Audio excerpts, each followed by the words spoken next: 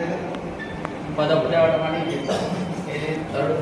ఇది కాంక్రీట్ మెథడ్లో 1, 2 వరకు కాబట్టి ఈ మెథడ్ మనం అప్లై చేయాలి. అది మంచి. ఇక్కడ కాంక్రీట్ మెథడ్లో పిల్లవాడికి ఇక్కడ సార్ నేను లాంగ్ స్టిక్స్ తీసుకున్నాను. ఇవి 1 100. ఇక్కడ 10 స్పూన్స్ తీసుకున్నాను. ఇది 1 10 ఒక దాంట్లో 10. ఇవి సింగిల్స్. Okay sir. ఇక్కడికి వచ్చే కాంక్రీట్ మెథడ్లో యాక్చువల్గా సార్ ఒక నిమిషం.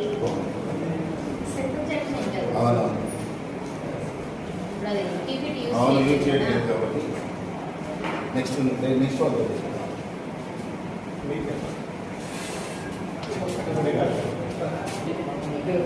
యాక్చువల్గా అయితే దీన్ని మనం డైరెక్ట్ మెథడ్ అనుకోకుండా విస్తరణ మెథడ్లో వస్తాం. విస్తరణ మెథడ్లో దీన్ని 200 + 10s ఏమి లేవు కాబట్టి 0 1s 9.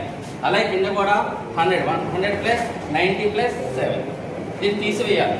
కాంక్రీట్ మీద మీకు వచ్చేపాటికే ఆటోమేటిక్గా మనం తీసివేయాలి కాబట్టి యాక్చువల్గా ఇస్తాను మన ప్లస్ వచ్చినా తీసివేసినప్పుడు కింద మనం మైనస్గా ఊహించుకోవాలి. ఇక్కడ పిల్లవాడి కింద మనం ఈ పై దాంట్లో నుంచి తీసివేయాలి కాబట్టి ఇక్కడ ఫస్ట్ 1sలోకి వచ్చేపాటికి పిల్లవాడికి నేను 9 6 ఇస్తాను. 9లో నుంచి 7 తీసేస్తే 2 అని వేస్తాడు.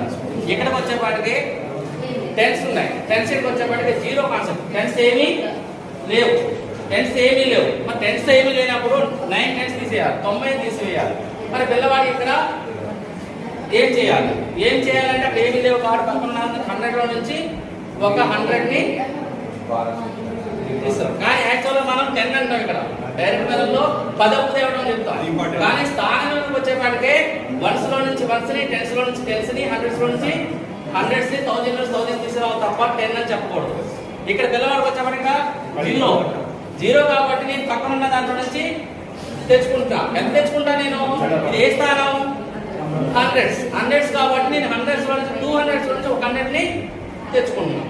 ఇక్కడ 10 ఉన్నాయి. 100 ఎన్ని పదులు ఉంటాయంటే పిల్లవాడికి మళ్ళీ 6 ఇస్తాం. మొత్తం ఎన్ని ఉంటాయి? 10 నుంచి ఎన్ని తీసేయాలి? తీసేస్తే ఎన్ని మిగులుతాయి?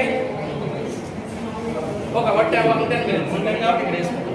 ఇక్కడికి వచ్చేవాడికి 200 100 ఇచ్చేసా. ఇంక ఎన్ని 100s ఉంటాయి? ఇక్కడ ఆల్రెడీ ఒకటి తీసేసా. ఎన్ని ఉన్నాయి?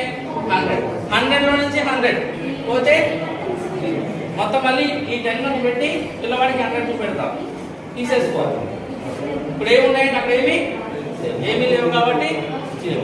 Out answer 10 + 2.